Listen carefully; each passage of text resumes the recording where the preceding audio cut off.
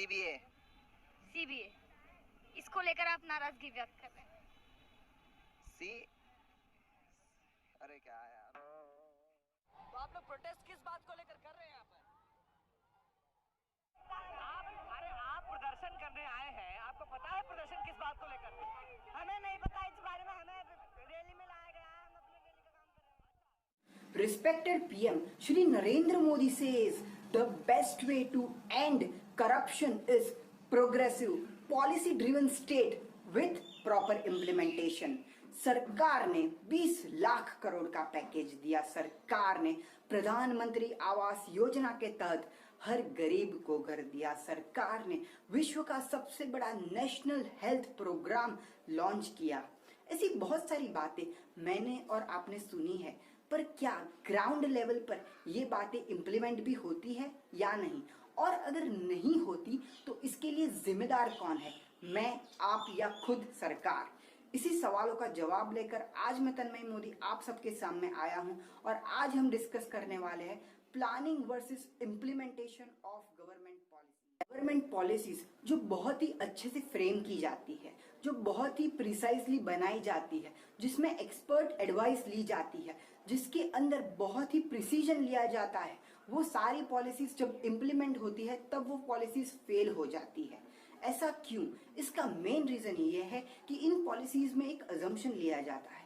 Assumption लिया जाता है कि मेरे कंट्री का सिटीजन एक रिस्पॉन्सिबल सिटीजन की तरह बिहेव करेगा, और इसी अजम्पशन को तोड़कर हम लोग वो पॉलिसीज को इम्प्लीमेंट नहीं होने देते। मैं आपको बहुत सारे प्रैक्टिकल एग्जाम्पल्स दूंगा। मेरा पहला प्रैक्टिकल एग्जाम्पल, गवर्नमेंट ने कुछ साल पहले किसानों को लोन दी और यह पूरी जिम्मेदारी गवर्नमेंट ने बैंक को दी। अभी बैंक ने क्या किया? बैंक ने अपना टारगेट खत्म करने के लिए कुछ अमीर किसानों को लोन दे दी और गरीब किसानों तक वो गए ही नहीं। क्या इसमें गवर्नमेंट का ऑब्जेक्टिव फुलफिल हुआ? बिल्कुल नहीं।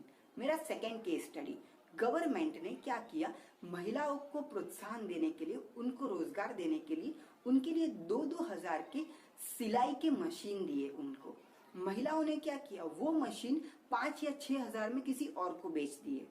क्या यहाँ पे गवर्नमेंट का ऑब्जेक्टिव फुलफिल हुआ? मेरा तीसरा केस स्टडी, गवर्नमेंट ने हेल्प की। गवर्नमेंट ने प्रधानमंत्री आवास योजना के तहत 4 झुपड़े वाले को अच्छे से 1 BHK फ्लैट दिए, पर उन झुपड़े वालों ने क्या किया? वो फ्लैट किसी और को रेंट पे दे दी और फिर से वो लोग वापस उस झुपड़े में जाके रहने लगे। क्या ऑन पेपर हमारी पॉवर्टी कम हुई? बिल्कुल नहीं। पहले 4 झुपड़े थे, अब फ्लैट भी बने और फिर भी आज 4 झुपड़े हैं। मेरा फोर्थ एग्जाम्पल, इस वीडियो के स्टार्टिंग में आपने देखा होगा कि कुछ लोग प्रोटेस्ट कर रहे हैं, पर वो क्यों प्रोटेस्ट कर रहे हैं? क्योंकि उनको इस बात के पैसे मिलते हैं, क्योंकि उनको कोई आइडिया ही नहीं है कि वो किस बारे में बोल रहे हैं, क्योंकि उनको इस बात का फुल फॉर्म भी नहीं पता। मेरा फिफ्थ एग्जाम्पल, डीमोनेटाइजेशन। आप में से कितनों को लगता है कि डीमोनेटाइजेशन में गवर्नमेंट की गलती थी? हाँ, मैं मानता हूँ गवर्नमेंट की गलती थी। गवर्नमेंट की गलती ये थी कि उन्होंने मान लिया, उन्होंने अज्यूम किया कि रिकॉग्नाइज्ड बैंक्स उनके साथ ऑनेस्टली बिहेव करेगी। उन्होंने ऐसा माना कि एम्प्लॉयज ऑनेस्टली बिहेव करेंगे, क्योंकि एम्प्लॉयज ने क्या किया? जब गवर्नमेंट ने नए नोट बैंक तक पहुंचाए तो वो नोट लाइन में खड़े लोगों को देने चाहिए थे, पर बैंक ने वो क्या किया? बैंक ने कॉर्पोरेट और करप्टेड लोगों को वो पैसे दे दिए, वो पैसे ट्रांसफर कर दिए और सामान्य इंसान तक वो पैसे पहुंचे ही नहीं। ऐसी बहुत सारी चीजें हैं जिसमें हमें ध्यान। फ्रेंड्स, यही लूप होल्स की मैं आज बात करने आया था।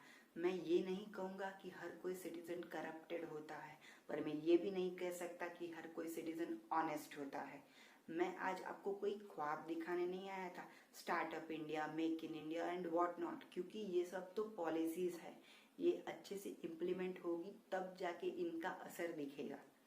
अगर आप एक रिस्पॉन्सिबल सिटीजन है तो आपके पास हक है एक ख्वाब देखने का कि भारत 2030 तक एक डेवलप्ड नेशन बन जाए, पर उसके लिए आज से आपको अपनी कड़वी हकीकत को स्वीकार करना होगा और गवर्नमेंट को उनके इम्प्लीमेंटेशन स्ट्रक्चर में हेल्प करनी होगी। अभी इम्प्लीमेंटेशन में हम हेल्प कैसे करें?